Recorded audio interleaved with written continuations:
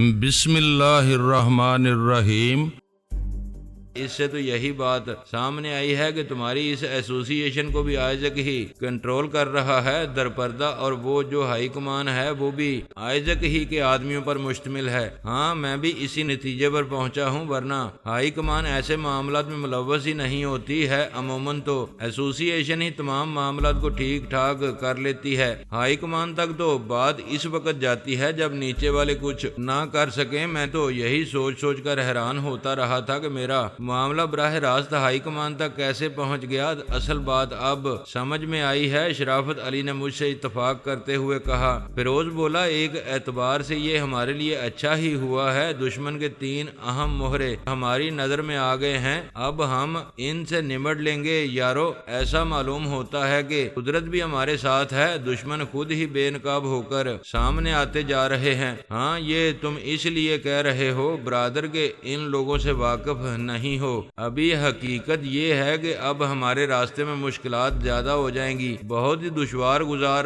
راہوں سے گزرنا پڑے گا۔ اب ہم نے آستانے پر حملہ کرنے میں کچھ جلدی کر دی، اس کا احساس اب ہو رہا ہے مجھے۔ اس ذلیل یہودی آئزک کے ہاتھ کہاں تک پہنچے ہوئے ہیں، یہ جانے بغیر اسے چھیڑنا نہیں چاہیے تھا ہمیں۔ شرافت علی بولا، چھوڑو یار، لعنت بھیجو اس پچھتاوے پر، کیا صحیح ہوا اور کیا غلط، یہ سوچنے میں وقت ضائع نہ کرو۔ جو کچھ ہو گیا ہے اسے خوش اسلوبی کے ساتھ اپنے حسب منشا انجام تک پہنچانے کے بارے میں سوچو۔ بس مجھے بتاؤ، یہ ہائی کمان میں تمہاری کون لوگ ہیں؟ فیروز بولا، یہ تو شاید کوئی بھی نہ بتا سکے تمہیں، ہم صرف اتنا جانتے ہیں کہ وہ 3 بڑوں پر مشتمل ہے، لیکن وہ بڑے کون سے ہیں یہ کوئی نہیں جانتا۔ وہ کبھی کسی کے سامنے نہیں آتے اور نہ ہی براہ راست کسی سے بات چیت کرتے ہیں۔ شرافت علی بولا، لیکن تم نے تو ابھی بتایا تھا کہ تمہیں ہائی کمان کے روبرو پیش ہونے کے سلسلے میں 3 نوٹس مل چکے ہیں، اگر وہ کسی کے سامنے نہیں آتے اور براہ راست بات چیت نہیں کرتے تو تمہیں جواب دہی کے لیے کس کے سامنے پیش ہونے کو کہا گیا تھا؟ فیروز بولا۔ شرافت علی مسکراتے ہوئے بولا، اس کا ایک مخصوص طریقہ کار ہے، اگر میں اس کے لیے آمادہ ہو جاتا تو مجھے بتایا جاتا کہ مجھے کب اور کہاں پہنچنا ہے، مقررہ وقت پر مقررہ مقام پر پہنچنے کے بعد مجھ کو ایک کمرے میں بٹھا دیا جاتا اور میرے سامنے مائک رکھ دیا جاتا، پھر میرے سامنے دیوار پر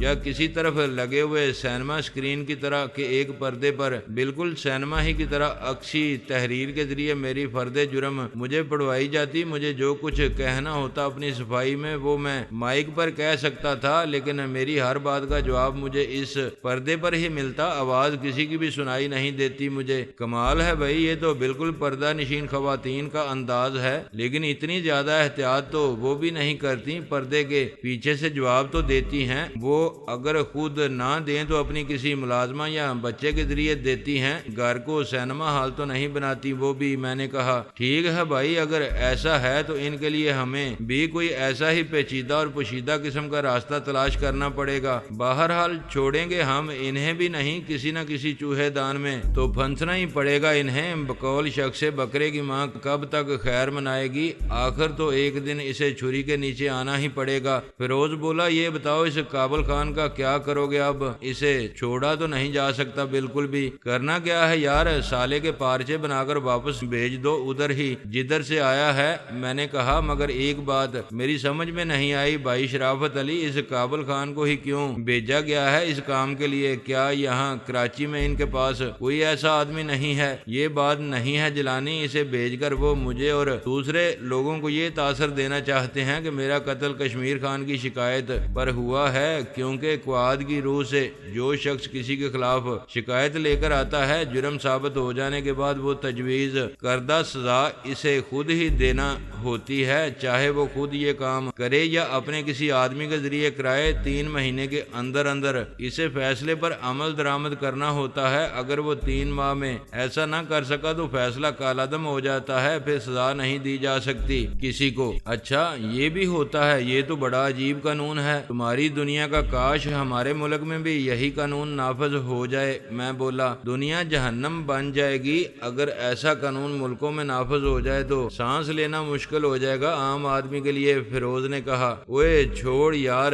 پہلے ہی کون سی یہ دنیا فردوس بری کا منظر پیش کر رہی ہے، عام آدمی کی زندگی تو اب بھی کانٹوں کی سیج ہی ہے پیارے بھائی، آدمی تو یہاں زندگی گزارتا ہی دکھائی نہیں دیتا، یوں لگتا ہے جیسے زندگی آدمی کو گزار رہی ہے۔ میں نے کہا انور کمال اور گلزمان بے ساختہ کہکہے لگانے لگے، فیروز اور شرافت علی بھی ہنس پڑے تھے۔ فیروز بولا تمہاری یہ بات مجھے پسند آئی ہے جیلانی، تم انتہائی نامساعد حالات میں بھی پریشان نہیں ہوتے، ہنسنے ہنسانے کی باتیں ایسے موقعوں پر بھی کرتے رہتے ہو۔ میں نے ایک دم بات کا رخ بدلتے ہوئے پوچھا اس کے حملے اور اس وقت کی کارروائی کا جواب دینے سے لیزی کی آج کی اطلاع سے فائدہ حاصل کرنا چاہیے ہمیں، اگر ہمیں 50% بھی کامیابی ہوئی تو سارا حساب صاف ہو جائے گا، ان کا اور رات جو لوگ مارے گئے ہیں ان کے، وہ سمجھ لو کہ ہمارا منافع ہوگا۔ کیوں دوستو، کیا رائے ہے تم لوگوں کی اس بارے میں؟ حالانکہ لیزی کے کہنے کے مطابق رات کی کارروائی میں کرائے کے لوگ شامل تھے، ان میں تنظیم کا ایک بھی شخص نہیں تھا، پھر بھی تم انہیں اپنے منافع میں شامل کر رہے ہو، ان کے مرنے سے تنظیم کو تو کوئی نقصان نہیں پہنچا ہے۔ شرافت علی بولا وہ کوئی بھی ہوں، آئے تو تنظیم ہی کی طرف سے تھے نا۔ فیروز بولا یہ تو ہوگا، جوابی کارروائی تو ہماری طرف سے ہوگی تاکہ وہ یہ جان لے کہ ہم ان کے مقابلے میں کوئی گئے گزرے نہیں ہیں، ہمارے ذرائع اور وسائل بھی ان سے کسی طرح کم نہیں ہیں۔ پھر ایک خفیہ مقام پر کی جانے والی خفیہ میٹنگ کے دوران ہماری کارروائی انہیں بوکھلا کر رکھ دے گی، وہ یہ سمجھنے پر مجبور ہو جائیں گے کہ ان کے درمیان ہمارے آدمی بھی موجود ہیں، اور یہ بے حد خوفناک بات ہوگی ان کے لیے، وہ ایک دوسرے کو شک کی نگاہ سے دیکھنے پر مجبور ہو جائیں گے، اپنے نہایت قابل اعتبار آدمیوں کے سامنے بھی زبان سے کوئی بات نکالتے ہوئے ڈریں گے، یوں ان کی رفتار بہت سست ہو جائے گی، پھونک پھونک کر قدم آگے بڑھانے پر مجبور ہو جائیں گے وہ۔ یہ تم ٹھیک کہہ رہے ہو میرے بھائی، مگر پہلے اس تصدیق تو کرا لو کہ لیزی کی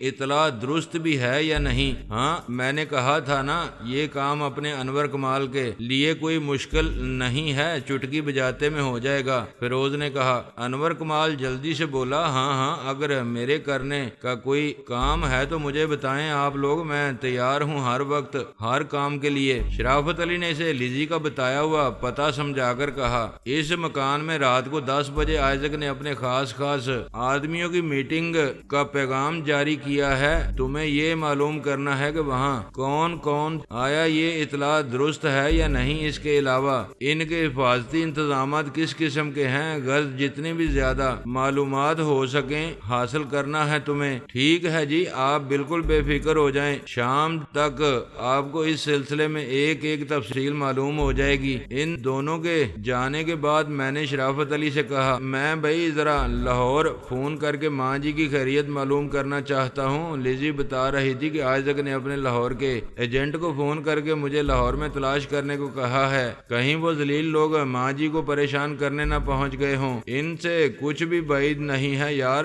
خواہ مخواہ بڑھاپے میں انہیں اذیتیں دینا شروع نہ کر دیں کہیں۔ ہاں یہ ضرور کرو تم جیلانی، اور ان سے کہہ دینا کہ کوئی تمہارا پتہ پوچھے تو اسے بتا دیں کہ تم کراچی میں ہو۔ فیروز بولا میں نے فوراً ٹیلی فون اٹھا کر اپنی گود میں رکھ لیا اور لاہور میں اپنے گھر کے نمبر ڈائل کرنے لگا۔ دوسری طرف بیل بج رہی تھی مگر کوئی فون نہیں اٹھا رہا تھا۔ میں کافی دیر انتظار کرنے کے بعد پریشان ہو کر ریسیور رکھنے کو ہی تھا کہ ادھر سے ریسیور اٹھا لیا گیا، وہ حیدر تھا۔ میں نے اس کی آواز سن کر غصے سے کہا اوئے حیدر کے بچے، کدھر مر گیا تھا تو؟ کتنی دیر سے گھنٹی بج رہی تھی فون کی۔ وہ میری آواز سن کر ایک دم چلایا ارے یہ آپ ہیں صاحب جی، السلام علیکم جناب، گھنٹی کی آواز تو سنی تھی میں نے جی، پر میں یہ سمجھا کہ باہر کے دروازے پر آیا ہے کوئی، میں نے بھی سوچ لیا تھا کہ اب چاہے جتنی بھی گھنٹی بجائے کوئی میں جا کر نہیں دیکھوں گا، پتہ نہیں کیا ہو گیا ہے آج ان لاہور والوں کو، سویرے سے ہر 2-4 منٹ بعد کوئی آ کے گھنٹی بجا دیتا ہے، جا کر دیکھو تو ہر دفعہ کوئی نیا آدمی کھڑا ہوتا ہے اور ایک ہی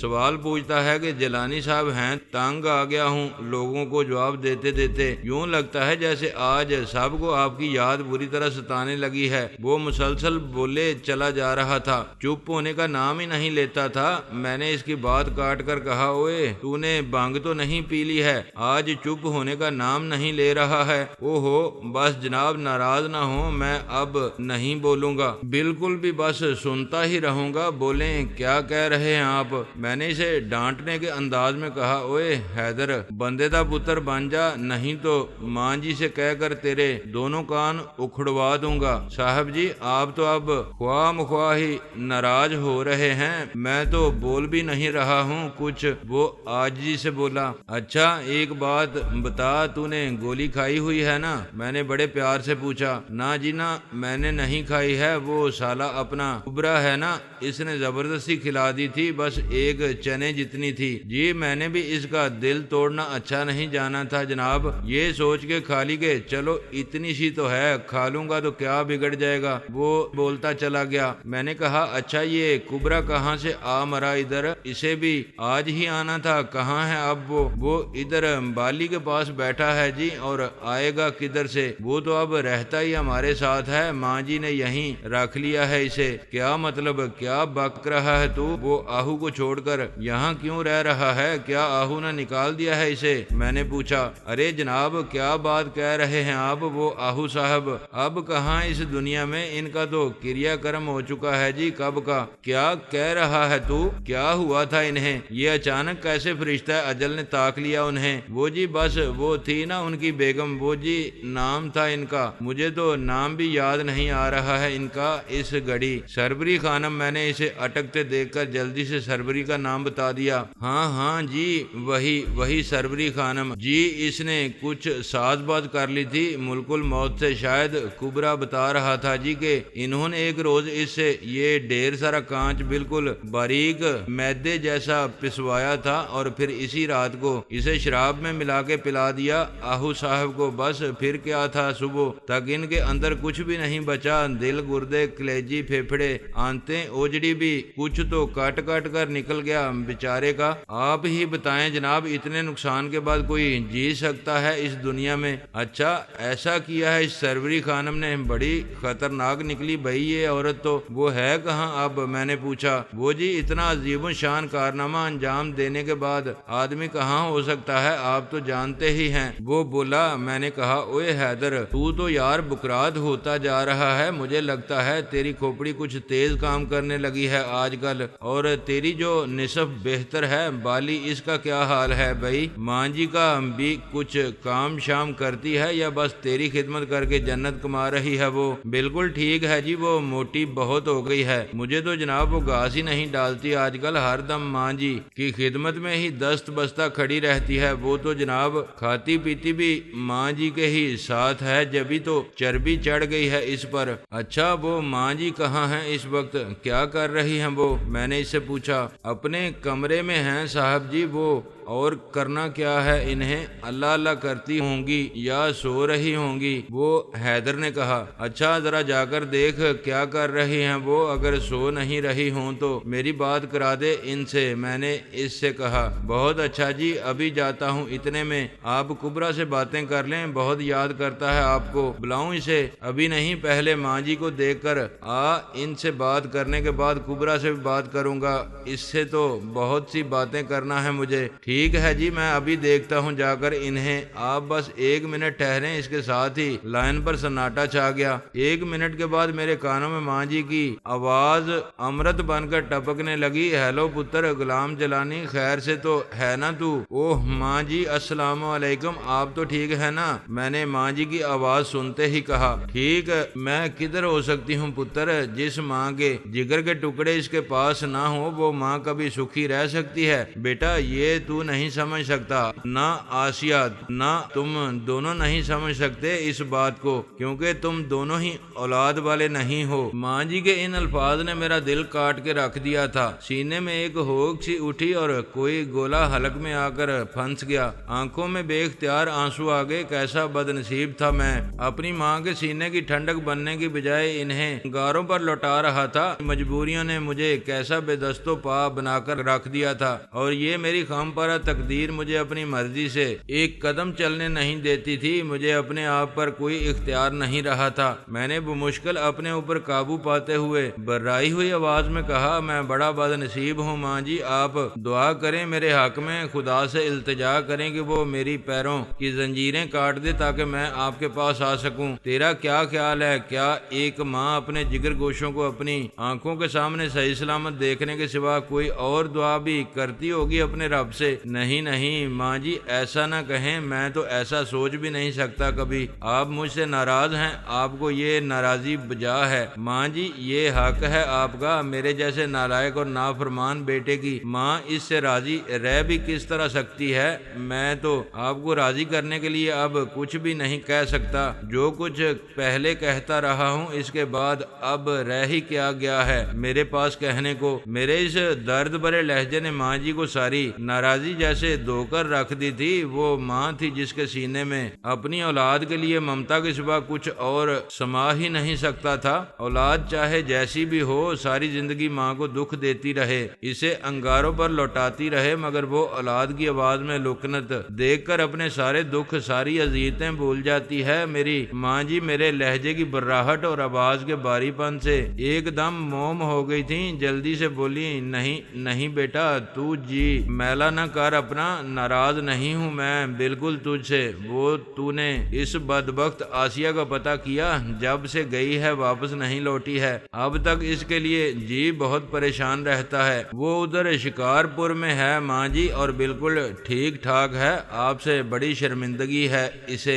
اسی لیے آپ کا سامنا کرنے سے گھبراتی ہے۔ آپ فکر نہ کریں، میں اسے سمجھا بجھا کر آپ کے پاس بھیجنے کی کوشش کر رہا ہوں۔ میں نے ماں جی کو جھوٹی تسلی دی۔ اور تو خود کب تک آئے گا بیٹا؟ کوشش کرو کہ تم دونوں ساتھ ہی آ جاؤ، ماں جی نے کہا۔ ٹھیک ہے ماں جی، اللہ نے چاہا تو میں بہت جلد آسیہ کے ساتھ آپ کے پاس آ جاؤں گا، پھر میں آپ کو حج پر بھیج دوں گا ماں جی، کیوں ٹھیک ہے نا؟ ادھر مدینے اور مکے میں آپ میرے اور آسیہ کے لیے دعا کریں گی نا جا کر؟ ہاں ہاں بیٹا، کیوں نہیں، ضرور جاؤں گی میں اس بڑی سرکار میں، وہاں میری دعائیں ضرور سنی جائیں گی۔ ماں کا رشتہ بھی کیسا عجیب رشتہ ہوتا ہے، ذرا سی دیر میں نے محبت اور اپنائیت سے باتیں کی تو ماں جی کا سارا غصہ یوں بیٹھ گیا جیسے انہیں غصہ آیا ہی نہ ہو کبھی۔ ساری کدورت، سارے گلے شکوے پل بھر میں ختم ہو گئے تھے، سب کچھ بھول گئی تھیں وہ، اور صرف یہ یاد رہ گیا تھا اسے کہ میں اس کا بیٹا ہوں اور وہ مجھ سے ہم کلام ہے۔ میں دیر تک اس سے باتیں کرتا رہا، اپنی اور آسیہ کی باتیں، لاہور اور کراچی کی باتیں، وہ بے حد خوش معلوم ہو رہی تھی۔ میں نے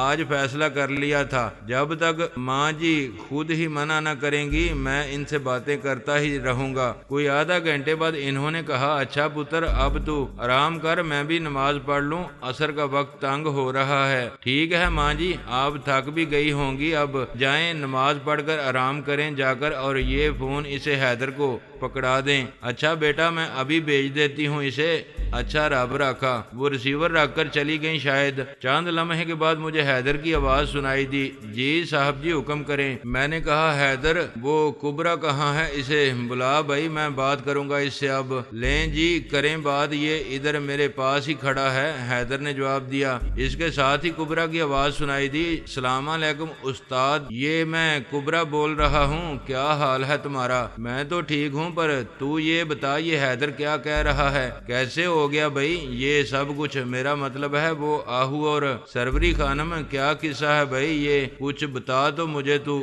یقین نہیں آ رہا ہے بالکل۔ میں نے اس سے پوچھا۔ وہ استاد، بس کیا بتاؤں، وہ عورت تو آہو صاحب کی بھی استاد نکلی، سارا جھگڑا ہی مکا دیا جی اس نے تو۔ ایک ہی رات میں آہو صاحب نے کبھی سوچا بھی نہیں ہوگا کہ ان کی موت ایک زنانی کے ہاتھوں لکھی ہوگی، مگر ہوا کیا تھا بھائی؟ آخر یہ نوبت آئی کس طرح؟ اترا۔ ویسے وہ سربری سرکش تو بہت پہلے سے ہو رہی تھی۔ میں نے کہا وہ جی ان دونوں کے درمیان جھگڑا تو بہت دنوں سے چل رہا تھا۔ آہو صاحب کے اس کے چال چلن پر شبہ تو رہتا ہی تھا۔ اس بچے کی ولادت بعد سعادت نے اس شبے کو یقین میں بدل دیا۔ بس اسی بات پر جھگڑے شروع ہو گئے تھے۔ تمہیں تو پتا ہے استاد کے آہو صاحب کی نظریں اپنے سسر ہادی علی کی زمینوں پر لگی ہوئی تھی۔ ان کے لیے انہوں نے ہادی علی کو تمہارے ہاتھوں ختم کرایا تھا۔ پھر وہ چھوٹی بی بی مسند آرا کو راستے سے ہٹانے کے لیے موت کے منہ تک لے آئے تھے، لیکن جب سے خانم کے ساتھ ان کی لڑائی شروع ہوئی تھی ان کی سوچ نے ایک نیا رخ اختیار کر لیا تھا۔ اب وہ سربری خانم سے جان چھڑا کر مسند آرا بی بی سے شادی کرنے کی فکر میں تھے۔ اس طرح ایک تیر سے دو شکار کرنا چاہتے تھے وہ، یعنی یہ کہ سربری خانم سے نجات بھی مل جاتی انہیں، اور مسند آرا سے شادی کے بعد ہادی علی کی ذمہ داری بھی ان کے قبضے میں آ جاتی۔ سربری خانم بھی جانتی تھی آہو صاحب کی نیت کیا ہے، چنانچہ وہ ان کے آگے سینہ سپر ہو گئی، اور جب اس نے دیکھا کہ اب آہو صاحب اس کے ہاتھوں سے نکلنے کے لیے پار پھڑپھڑا رہے ہیں تو ایک رات وہ آہو صاحب پر مہربان ہو گئی۔ اس نے ان سے رو رو کر معافی مانگی اور یہ یقین دلایا کہ وہ مسند آرا سے ان کی شادی کی راہ میں حائل نہیں ہوگی، بلکہ خود مسند آرا کو ان سے شادی پر آمادہ کر کے ان کی شادی اس سے کرائے گی۔ آہو صاحب تو پہلے ہی کسی ایسے آدمی کی تلاش میں تھے جو مسند آرا کو راضی کر سکے۔ ان سے شادی کرنے کے لیے سربری خانم کو اس کام پر آمادہ دیکھ کر وہ خوش ہو گئے۔ دونوں میں بظاہر ملاپ ہو گیا تھا، مگر دل دونوں کے صاف نہیں تھے۔ دونوں نے ایک دوسرے کو بیوقوف ہی بنانے کی کوشش کی تھی۔ دونوں میں معاہدہ ہو گیا تو آہو صاحب شراب کی بوتل نکال لائے، سربری خانم کو ساکی گیری کے لیے کہا، وہ فوراً خوشی خوشی تیار ہو گئی۔